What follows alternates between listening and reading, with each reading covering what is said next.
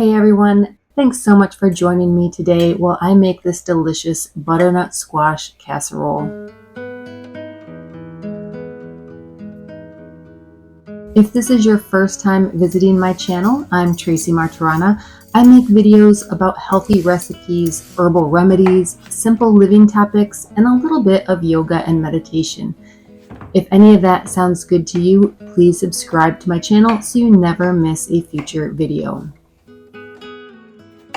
A couple of months ago, I made a video called 4 Farmers Market Dinners for Early Summer, which I will link down in the description box. One of those meals was a zucchini casserole that was super yummy. So as we move into fall and all the winter squash are now available, I'm taking that recipe and changing it up to use butternut squash and carrots. Because I'm also including black beans, it's substantial enough to eat as your main meal, but it also works great as a side dish. I started by peeling and chopping the neck of a medium butternut squash, a couple of carrots, and half an onion. To these veggies, I added a good drizzle of olive oil, probably about a tablespoon, a liberal amount of salt and pepper, about 2 to 3 teaspoons of curry powder, and a teaspoon of red pepper flakes. If you don't like much heat, you can use less red pepper flakes or omit them altogether. And if you want to amp up the heat, consider adding a diced jalapeno pepper.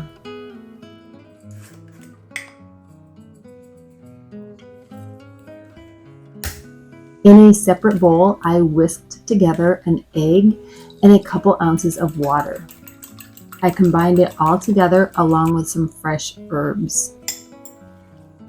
Since I flavored my squash with curry powder, because curry powder and squash are a delicious combination, I used a few herbs that will complement those flavors. I used cilantro, parsley, and thyme.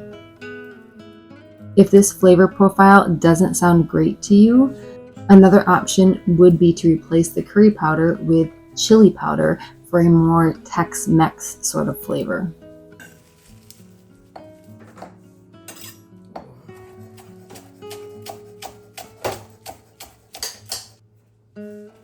A little cheese adds a little more protein and a little bit of ooey gooey. I used some shredded mozzarella because that's what I had in my fridge, but you could use other cheeses as well, maybe a Gruyere or Gouda. Both of those would be delicious. For additional protein, I added black beans. I love black beans with winter squash for both the flavor and the color contrast, but you could also use pinto beans or even cannellini beans if that's what you have. And my original plan was to only use half a can, but once I started stirring it all together, I decided just to add the rest and use the whole can. I transferred it all to a greased baking dish, covered it with aluminum foil, and baked it for about an hour at 350.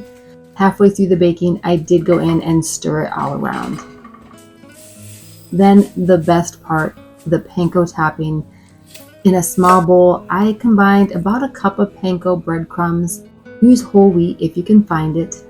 I did 2 to 3 tablespoons of some grated Parmesan, some black pepper, fresh parsley, and a teaspoon of cumin, and then a good drizzle of olive oil.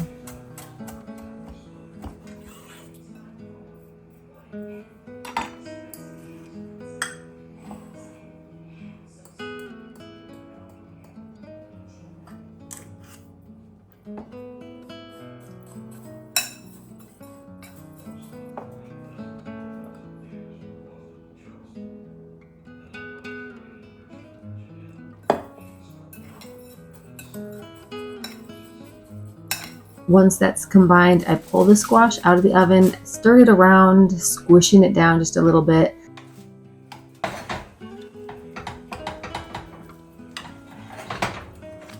I added a little more cheese just for good measure, and then added in the topping.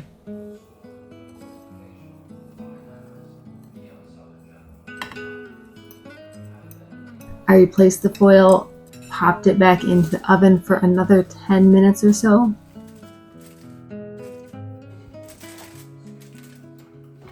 Then I removed the foil and switched the oven to broil, just to lightly brown that panko topping.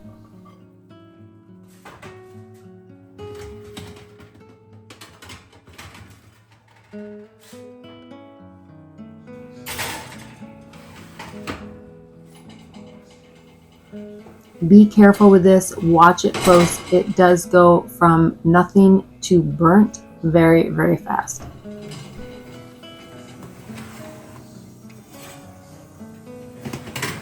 Once the topping is brown, I'm ready for serving. Whether you eat this as a side dish or as the main meal, you won't be disappointed with how delicious it is. Thank you so much for joining me. Have a great day.